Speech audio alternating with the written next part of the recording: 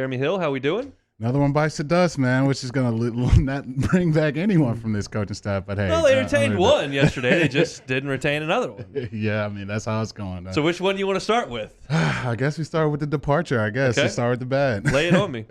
My man Corey Raymond, man, decided to take the job at Florida. It kind of hit me from left field. I was not expecting that at all, but it's tough, man. I know he's going to be recruiting this state. Another guy that's going to greater pastures in their eyes, and they're going to be recruiting this state. So, Coach Kelly, man, we're going to have to get this staff really bolted down here pretty soon because there's going to be some heavy hitters coming into the state for the next few years here. Yeah, so this one shook everybody up pretty good. I've gotten text messages. You look at the message boards. You look at Twitter. Everybody's panicking that the Godfather DBU is on the way out. And while, Corey Webster started things back in 03, 04, and Ron Cooper had a hell of a run there with some excellent players when he was the defensive backs coach here, Corey's been a huge part of this program, and he was the longest tenured assistant coach on the staff as of yesterday. So it will shake some people up for sure. He's a grad of LSU. He played at LSU, and he's been here for a very long time. Corey, in his time at LSU, 14 NFL draft picks out of the secondary, 3 of them first-rounders with Eric Reed, Jamal Adams, Tre'Davious White. Derek Stingley is going to be a first-rounder here pretty shortly, which will add a 4th. He's had 7 first-team All-Americans out of defensive backs. And one of the things that I think of when I think of Corey is the fact that LSU has the ability more often than not, more recruiting cycles than not, to pick one of the top 2 defensive backs in the country and grab him. And I went back and looked at it via 247 and the others.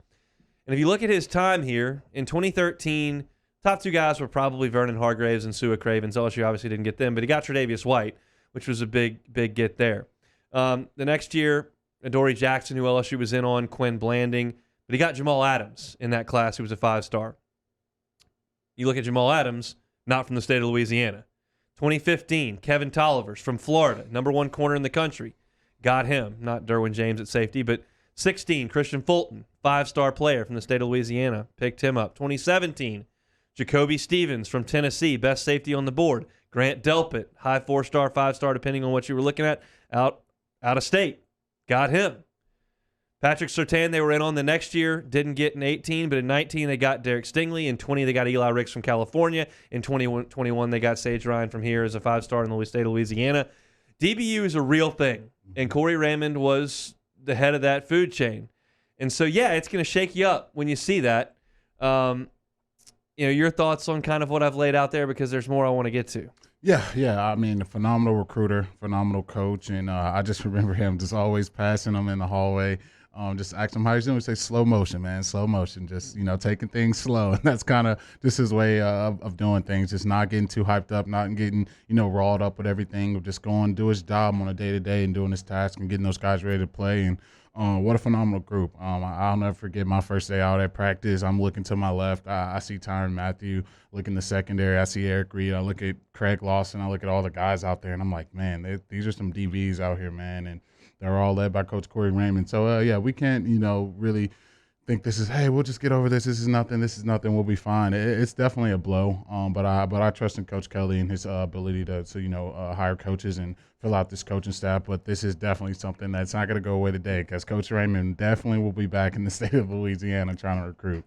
So that's my point, is that he, more so than any position on the field, LSU was able to go get the guy outside of the state. Now, Derek Stingley, you got to recruit him really hard, but he's from Baton Rouge. Mm-hmm. Tre'Davious White, you got to recruit him really hard. He's from Louisiana, up in Shreveport. You got to go get Christian Fulton, who was looking elsewhere. But to go get Eli Ricks, who had some family here, but to go get him from California, to go get Kevin Tolliver, I know he wasn't an All-American here, but he was the number 1 corner in the country from the state of Florida, to go up and get Jacoby Stevens. And I know Austin Thomas had a ton to do with that as well. It's not just one guy who makes this happen or one scenario, but DBU is a real thing. And I think a lot of times you can look at it and go, these Twitter wars and these stupid slogans, and I don't care about any of that. Well, sometimes it does matter, and LSU is able to open some doors with defensive backs because of that brand, and Corey had a lot to do with it. Now, he's out the door. Why is Corey Raymond leaving? I don't know the answer. I don't know that LSU and Brian Kelly offered him a contract and Florida's was better. I don't know if Brian Kelly said, I'm moving on, go ahead. I don't know I don't know how that went down. But here's what I do know. In 2020, Corey Raymond signed a 3-year deal with LSU should pay him in the neighborhood with incentives of about $600,000. You're talking about coordinators like Dave Aranda pushing $2 million. You're talking about position coaches. Frank Wilson just got $900,000. Brad Davis, his deal is well north of $800,000. So Corey's making $200,000 or so less than them. And we've seen his flirtation with A&M, flirtation with Florida at times, looking elsewhere, and always trying to up that salary. And this is kind of hearsay, but you think that Corey thinks that my position group is as solid as any in here. I've got a brand here. We churn out first-rounders as good as anybody here. And there's other guys that are making more money than me. And likely when you get whatever they just made up in Gainesville, assistant head coach - defense, that's what Corey Raymond's title is. My thought is it's a little bit more prestige. It's going to be about the money when we see the terms come in. That's what I believe is going to be the case. Your thoughts on that side of things? Yeah, I think definitely you leave it. I mean, well, that's the thing. We don't know exactly. We don't even know if Coach Kelly had any interest in bringing him back. Right, that's exactly. something that we don't even know. So we can look at it and guess and try to connect some dots. But man, I'm not sure. If I'm looking and I see his Florida contract, he's making $800,000, $900,000. I'll say, okay, yeah, well that's definitely obvious. And then being a public school, you'll be able to see those numbers pretty soon here. So I'm not sure exactly because all the reports before, yeah, we're keeping Corey Raymond, we're keeping Coach Falk, and some of that stuff just didn't bear out and didn't happen to be true. So I think we'll have to do more digging. But if I did, I'd probably agree with you. He probably got a pay raise, and I don't know, but Coach Kelly might have not wanted him. So we'll see how this kind of thing plays out. Now, look, Corey Raymond, as far as defensive backs coaches go, and I don't have this, I can't sign my name to this, but I did research. I did the best I could. I know that Charles Kelly at Alabama is a defensive backs coach who makes about $825. I know that Del McGee at Georgia makes $800. And I know that Stan Drayton at Texas makes about $650, which is a little bit north of where Corey was. I can't swear he's fourth. I'm pretty certain he's somewhere between 4 and 6 in the country.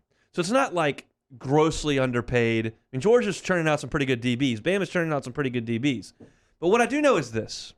When LSU hired Brian Kelly, what was the first position group you pointed to at Notre Dame and said, whoa? Offensive line. Offensive line. Who did he retain for north of $800,000? Brad Davis. Brad Davis is offensive line coach. Now, I'm not telling you right or wrong because I believe that Corey Raymond is a great coach on this staff, and to bring just about anybody in here that's not Corey Raymond is a step down in my mind. Yeah. But priorities matter, and if he's looking at his assistant coaches pool and looking at dollars and cents and saying, this is what I'm going to prioritize over another, this is part of a rebuild. This is part of hitting the reset button. And no, when you guarantee a head coach $100,000, if we let him walk over $220K a year, that's probably not a great move. But I don't know what happened, so I can't definitely speak to that. I can speak to the fact that I think Corey Raymond was a guy that should have been prioritized and kept on this staff. But Brian Kelly, we know, prioritizes something on his staff, and he got his man yesterday in Brad Davis. Yeah, and you know that Coach Davis is definitely well respected.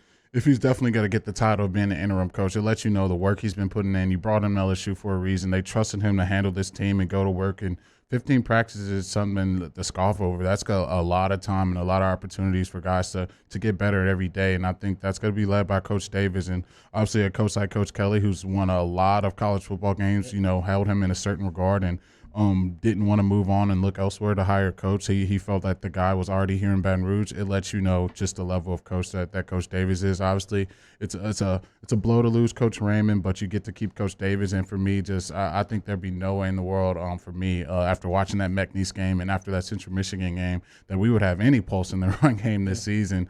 You kind of saw Coach Davis with a makeshift offensive line and a revolving door on the offensive line, guys in and out of the lineup.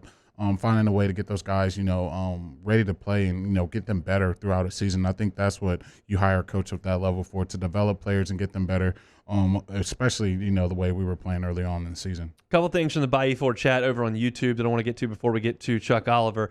Survive623 says, you say Frank Wilson. Wouldn't you say that Frank Wilson got the job title Corey Raymond got? Well, Corey was the recruiting coordinator, and now Frank Wilson is going to be the recruiting coordinator. So, yeah, I mean, that's part of it. Like, Corey was not going to be that. And if you're allocating funds based on titles and job responsibilities, and Corey was a recruiting coordinator making just north of 600, it's hard to take that title away and then give him an extra $300,000. I mean, it's not my money, so I'd love it if they did it and kept him around. But the fact is, things move. I mean, this is part of it. Yeah, it definitely is. And I think we were so excited to get Coach Frank Wilson back, but kind of, it's not monopoly. You can't just throw money everywhere. It's really tough to retain these coaches, especially when you have the pedigree that Coach Raymond has had. Other schools you got to attract other schools. Other schools are gonna want to pull you away, just kind of like we're trying to do with Elko and some of these other coaches. It's gonna happen. It's just the nature of college football. I kind of want to see, though, what he did get at Florida to see if it's just, outrageously more than what LSU could give him, because if it's $700,000 or something like that, I think there's some other stuff going on, and maybe Coach Kelly just wanted to move in a different direction. And the last thing, last son of Odin says the defensive pass ranking was garbage. It was time for a change. Okay. Statistically, they've been bad the last 2 years. I will grant you that 100%.